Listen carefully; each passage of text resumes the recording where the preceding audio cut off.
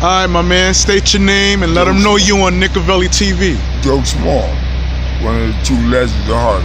And you on Nickavelli TV? Yes, Nickavelli TV. Talk to me. Joe Small, played ball along with Joe Hammond. Yeah, but before we get to that, all right, hold the good stuff.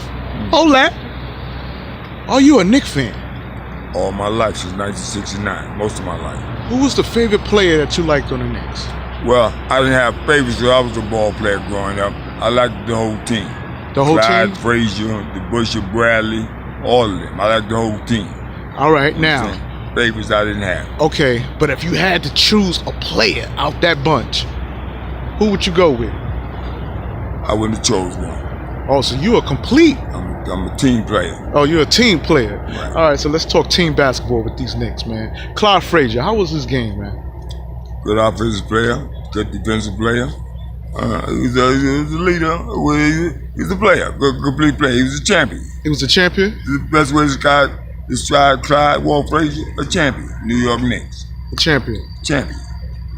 I heard that he played among greats. Sure. Like, he really showed his game during the championship where Willis Reed came out limping. I think they played against the Lakers. Well, he stepped his game up because he had to, because it was not on him. He had teammates also. But Clyde and Bradley, the Busher, and all the other guys, they stepped up also. Clyde was a part of that. It was just Clyde. It was the Knicks as a team. As a team? As a team. Because that game, I believe they gave the MVP to Willis Reed. He only had 4 points. Well, that was for courage. You understand? And like I said, you can't get MVP if you don't play. If it's the courage of being a member of the team. But he got hurt. So that was the team giving something to one of their teammates. Put it that way. Okay. Now, Willis Reed, when it comes to his style of game, is it safe to say that Patrick Ewing carried that torch? You had Willis Reed, then you had Bert. Nothing. Patrick Ewing played what he did. If Patrick Ewing would have carried the torch, he would have, listen to this, I quote, if Patrick Ewing would have carried something, he would have played a center position, down low, rebounding, playing defense, grabbing rebound, put back, and not try to shoot 3-pointers, jump shots as a big man, and maybe New York might have won a title. Now, understand? That's what I say. When I interview y'all OGs, y'all all say the same thing about Patrick Ewing shooting them threes. Right. Another OG told me, Spoonie, unquote, said that Patrick Ewing changed the game. Changed what game? As far as how the NBA is played today. What game he changed? 3-pointers. As a big man. You had Chris Porzingis shooting threes. Come on. You just said it yourself that Patrick Ewing changed nothing. That guys was shooting Patrick Ewing. What about Bob McAdoo before he came? Elvin Hayes. Guys like that was shooting threes before he even came. And they wasn't 3-pointers. Patrick Ewing just played a role that was there. You had guys like Elvin Hayes, Bob McAdoo, shooting threes long before Patrick Ewing came into the NBA. What about that? Patrick Ewing what? He played a career with the Knicks. He won that with the Knicks. He got paid to play.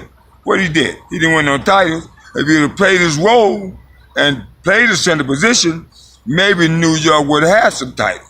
Go and play Elijah Warren as a big man down there and not being like soft. Go down there and battle like a big man should do, and maybe New York wins the title.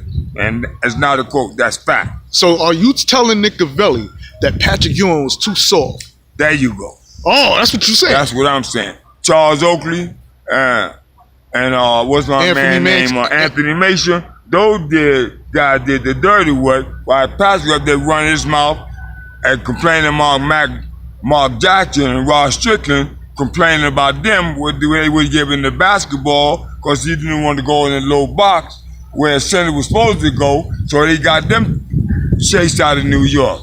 Now, if you would have kept two of the best point guards in New York City history point guards, and they would have stayed, maybe we would have got something accomplished. But Patrick Ewing wanted to be the ball hog instead of being the ball player and play this game, kept Mark Jackson and Ross Strickland on, maybe the Knicks would have won something, okay? So you saying that Patrick Ewing was the reason that Mark Jackson went to the Indiana Pacers?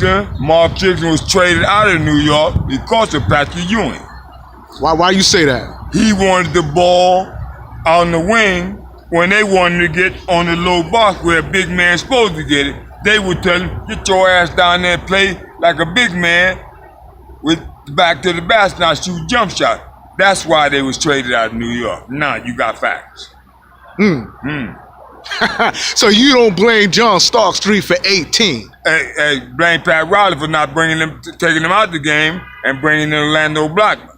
If you're not gonna shoot me 5 for 18 when you got a shot to Orlando Blackman on the bench. You should have brought him in. Pat Riley should have brought in Orlando Blackman and put John Starks' ass on the bench. Okay?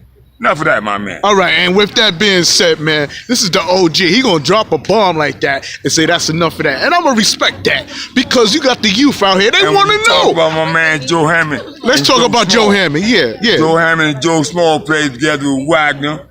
And against Larry Elmore, the Ed Searchers, them guys, and there's that Power Memorial, and we gave them an ass whooping at Wagner Center. Hold up. You gave who an ass whooping? Larry Elmore and Ed Searchers when they was at Power, and we was playing for Wagner Center in the Easter tournament. Okay. Back in the day.